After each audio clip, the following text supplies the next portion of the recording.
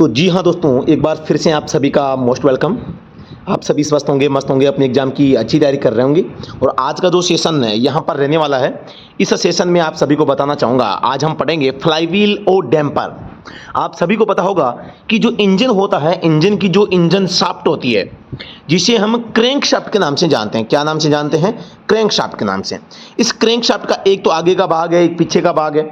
आगे के भाग पे यहाँ पे पुली होती है, एक डैम्पर होता है, एक फ्लाईव्हील होता है। तो ये क्या होते हैं और ये काम कैसे करते हैं, इस पर हमने जो हमारी क्लास थी उस क्लास में हमने सीख लिया है। जो हमारा ऑनलाइन बेच चल रहा है, आप सभी ने इसकी जो ऑनलाइन क्लास है वो देख ली होगी। नहीं देखी है तो आप जरूर जाके देखें। और आज हम इसके संबंध में जो इंपॉर्टेंट क्वेश्चंस है, जितने भी पर्सन आज तक भर्तियों में डैम्पर और आपके जो फ्लाईव्हील है इससे संबंधित पूछे गए हैं, या इनके आसपास के जो भी प्रश्न आए हैं, उन पे सभी पे चर्चा आज की हमारी रहेगी। तो शानदार ये सेशन रहने वाला है। तो तुरंत आप इस सेशन को आप लाइक और शेयर कर सकते हैं। शुरू करते हैं आज का सेशन। प्रश्न 162 है, निम्नलिखित कारणों से चलो ठीक है, निम्नलिखित कारणों से क्रैंक शाफ्ट फ्लाईव्हील से जुड़ा हुआ रहता है। किन कारणों से? नंबर 1 है यहां पे इंजन के कंपन को कम करने के लिए। नंबर 2 है क्रैंक शाफ्ट में भार को बढ़ाने के लिए, क्रैंक शाफ्ट को संतुलित रखने के लिए, इंजन की गति में उतार चढ़ाव को कम करने के लिए। जो फ्लाईव्हील होता है इसका मेन मकसद जो होता है, मेन मकसद की बात सबसे पहले हम करते हैं तो मेन मकसद इसका होता है जो इंजन की जो गति होती है। आप सभी को पता है कि 4 स्ट्रोक जैसे इंजन है एग्जांपल के तौर पे, तो उसमें 4 स्ट्रोक में केवल जो पावर मिलती है वो केवल 1 स्ट्रोक में मिलती है। और इसी 1 स्ट्रोक में मिलने के कारण क्या होगा कि इंजन की जो गति होगी, इंजन की जो शाफ्ट होगी, उसकी गति में उतार चढ़ाव आएगा, तो लोड बढ़ेगा और इंजन को यहां पर माइलेज भी कम रहेगा, काम करने में दुविधा रहेगी। तो इस उतार चढ़ाव को कम करने के लिए और जो 1 स्ट्रोक में पावर मिली है, ये पावर फ्लाईव्हील एब्जॉर्ब कर लेता है और बाकी के स्ट्रोक में इंजन शाफ्ट को प्रोवाइड करवाता है। ये भी काम होता है। तो ऑप्शन नंबर डी, इंजन की गति में उतार चढ़ाव को कम करना, इसका मेन जो काम है यहां पर साथियों होता है। ठीक है, सबसे पहला प्रश्न हमारा आज का ये रहा है। तो इसके जो व्याख्या देख लेते हैं। इंजन की गति में उतार चढ़ाव को कम करने के लिए क्रैंक शाफ्ट पर फ्लाईव्हील माउंट किया जाता है। माउंट यानी होता है लगाना, माउंट यानी कि लगाना। ठीक है, अगला प्रश्न, एक घूर्णी फ्लाईव्हील यानी घूमने वाला का आरपीएम निम्नलिखित द्वारा मापा जा सकता है। बैरोमीटर, एनेमोमीटर, स्ट्रोबोस्कोप, उपरोक्त सभी। शानदार प्रश्न यहां पे पूछा गया है।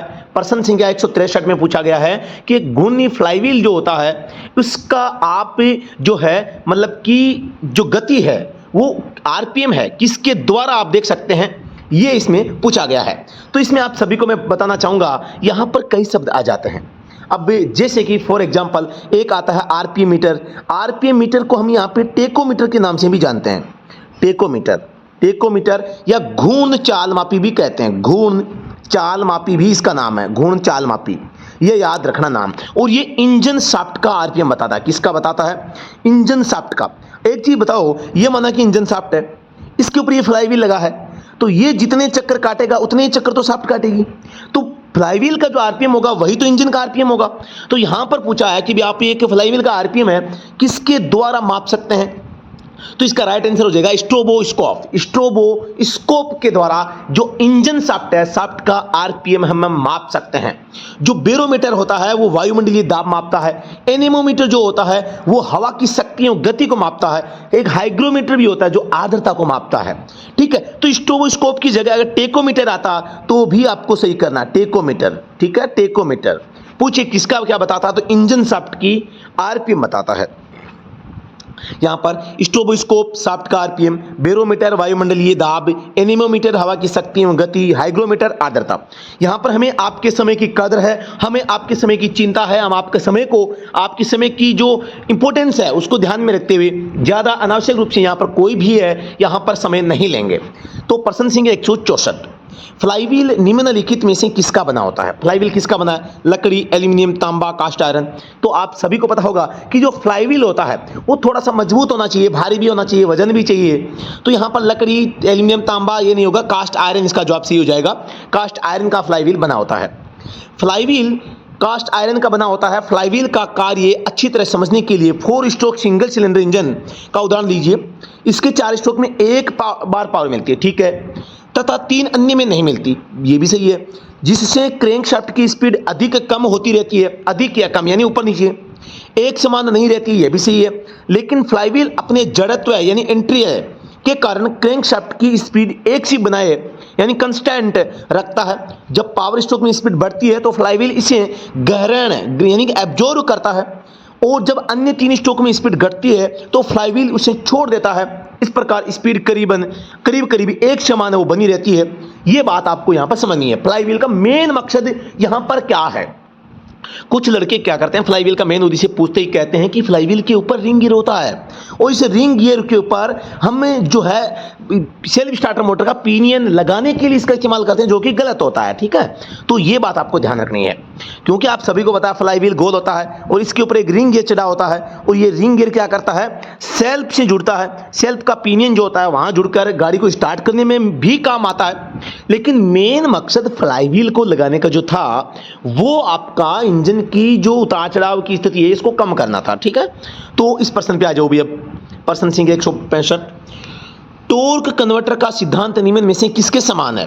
अल्टरनेटर, फ्री व्हील, ए और बी दोनों, और फ्लाईव्हील। टॉर्क कन्वर्टर के बारे में पूछा गया है। तो टॉर्क कन्वर्टर का जो सिद्धांत होता है वो फ्लाईव्हील के समान होता है। टॉर्क कन्वर्टर का मतलब पावर को कन्वर्ट करने वाला। व्याख्या देखते हैं। टॉर्क कन्वर्टर का सिद्धांत फ्लाईव्हील के समान होता है। टॉर्क कन्वर्टर की बनावट लगभग फ्लूइड कपलिंग के समान होती है। इसकी पूरी असेंबली एक इकाई के रूप में फ्लाईव्हील से जुड़ी हुई रहती है। टॉर्क कन्वर्टर एक प्रकार का ट्रांसमिशन सिस्टम है, गियर बॉक्स की तरह, ठीक है। तो यहां पर इन चीजों को आपको थोड़ा सा ध्यान से देखना है। ये टॉर्क को कन्वर्ट करता है, कम या ज्यादा करता है, ठीक है। अगले पॉइंट पे चलते हैं। फ्लाईव्हील पर ही फिट होता है क्या? Universal joint, brake pedal, clutch assembly, fuel pump. तो इनमें से जो फ्लाईव्हील होता है आप सभी को पता है, ये आपका इंजन है। इंजन की जो ये शाफ्ट है, माना कि ये शाफ्ट है, ये फ्लाईव्हील है। फ्लाईव्हील के ऊपर यहाँ पे क्लच असेंबली होगी, ठीक है। यहाँ पर ये गियर बॉक्स होगा, ठीक है। यहाँ पर ये यूनिवर्सल जॉइंट होगा, ये प्रोपेलर शाफ्ट होगी, ये वापस यूनिवर्सल जॉइंट होगा, ये डिफरेंशियल होगा, और यहाँ पर आगे क्या हो जाएगा, ये आपकी एक्सल और टायर हो जाएंगे, ठीक है। तो इस टाइप से होता है। तो ये जो फ्लाईव्हील होता है इसके साथ ही क्या होता है, क्लच असेंबली को फिट किया जाता है। क्लच असेंबली होती है, इसको फ्लाईव्हील के ऊपर ही फिट किया जाता है, ठीक है। तो क्लच प्लेट के ऊपर ही जो ये क्लच प्लेट होती है, तो जिसे प्रेशर प्लेट इसको धक्का देके उसके ऊपर पकड़ के रखती है, तो इनको माउंट कहाँ किया जाता है, फ्लाईव्हील के ऊपर।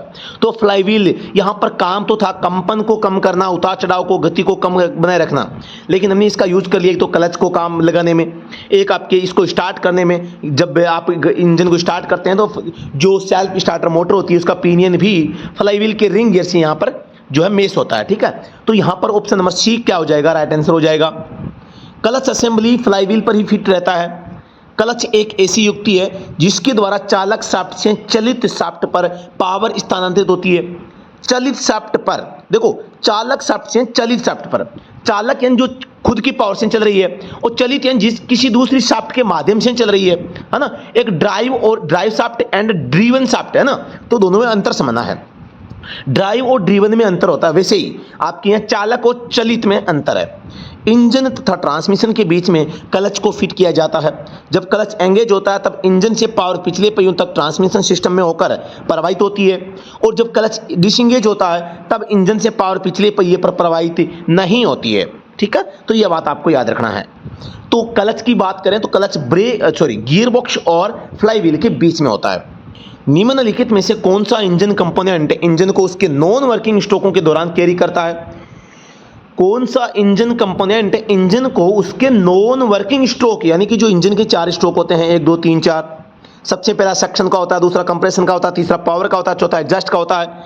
तो जो ये पावर का स्ट्रोक है ये तो केवल एक है, ये वर्किंग स्ट्रोक कहलाता है। अब नॉन वर्किंग कौन से हो गए?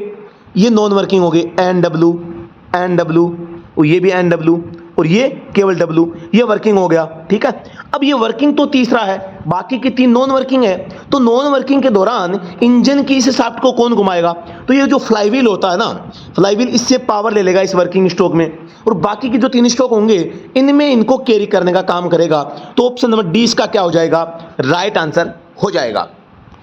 फ्लाईव्हील इंजन को उसके नॉन वर्किंग स्ट्रोकों के दौरान कैरी करता है।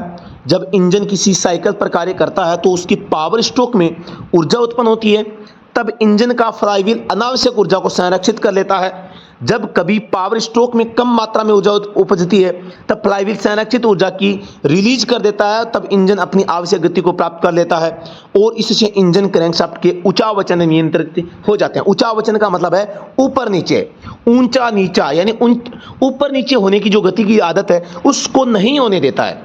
आप सभी को पता है जो खेतों में, कृषि में जो थ्रेशर काम में आते हैं उनमें बहुत बड़ा एक फ्लाईव्हील होता है और वो जब एक बार घूम जाता है ना हाई स्पीड पे, फिर उसको आसानी से रोका नहीं जा सकता, वो अपनी गति के अनुसार समय लेकर ही रुकता है। तो क्यों लगाया जाता है? क्योंकि थ्रेशर में अचानक लोड बढ़ता घटता रहता है, तो फ्लाईव्हील में इतनी पावर होती है कि वो ट्रैक्टर की पावर से ज्यादा ताकत वो खुद घूमता हुआ दे देता है। नहीं समझे? तो फिर इंजन को ज्यादा ताकत लगाने की आवश्यकता नहीं होती है। इसीलिए इंजन को केवल स्टार्ट, एक बार अगर इंजन स्टार्ट हो जाता है और गति पकड़ लेता है, पर इंजन से ज्यादा जो काम है वो फ्लाईव्हील भी करता रहता है। ज्यादा तो नहीं तो लगभग मतलब कि काफी काम है वो फ्लाईव्हील भी करता है, क्योंकि भारी होता है और वो राउंड जब एक बार पकड़ लेता है तो फिर वो मतलब कि हल्के फुल्के लोड को मतलब आराम से निकाल देता है ना। तो आपको ध्यान रखना है। स्पीगोट बियरिंग लगता है, स्पीगोट बियरिंग लगता है क्रैंकशाफ्ट पर, पिस्टन पर, कैमशाफ्ट पर, फ्लाईव्हील के सेंटर पर। तो स्पीगोट जो आपके जो होता है, 1 मिनट, स्पीगोट जो बियरिंग होता है वो कहाँ लगता है? वो आपके फ्लाईव्हील के सेंटर में लगता है। स्पीगोट जो बियरिंग होता है भी एक क्लच बियरिंग होता है, क्लच रिलीज बियरिंग जिसे कहते हैं। आपके जो क्रैंक कनेक्टिंग रोड होती है उसके भी बिग एंड और स्मॉल एंड में बियरिंग होती है। टायर जो होते हैं उनमें भी रोलर बियरिंग का इस्तेमाल किया जाता है। फ्लाईव्हील होती है जो शाफ्ट के ऊपर कसा जा रहा है, तो इंजन शाफ्ट के ऊपर फ्लाईव्हील को लगाएंगे तो बियरिंग तो लगाएंगे, तो यहाँ पर ये बियरिंग होता है। तो वहाँ पर कौन सा होता है? स्पीगोट बियरिंग होता है। कौन सा होता है? फ्लाईव्हील को शाफ्ट पर जब लगाएंगे तो वहाँ पे बियरिंग कौन सा होगा? स्पीगोट बियरिंग यहाँ पर होता है। स्पीगोट बियरिंग फ्लाईव्हील के सेंटर पर लगाया जाता है जिस पर गियर बॉक्स की प्राइमरी शाफ्ट लगती है। गियर बॉक्स की प्राइमरी शाफ्ट यहाँ पर टिकती है, किसकी? गियर बॉक्स की। फ्लाईव्हील में खालिस्तान स्पीगोट बियरिंग फिट रहता है, बिग एंड बियरिंग रहता है, स्मॉल एंड बियरिंग रहता है, मेन बियरिंग फिट रहता है। तो कौन सा रहता है? ये मैंने अभी आपको तुरंत ही बताया था भाई, है ना। तो यहाँ पर स्पीगोट बियरिंग रहता है, ऑप्शन नंबर 1 सही हो जाएगा। स्पीगोट बियरिंग फिट रहता है किसमें? फ्लाईव्हील में।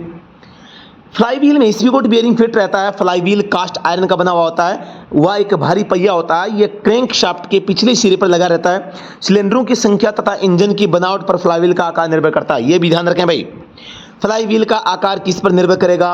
सिलेंडरों की संख्या और इंजन की बनावट। इंजन की बनावट और सिलेंडरों की संख्या।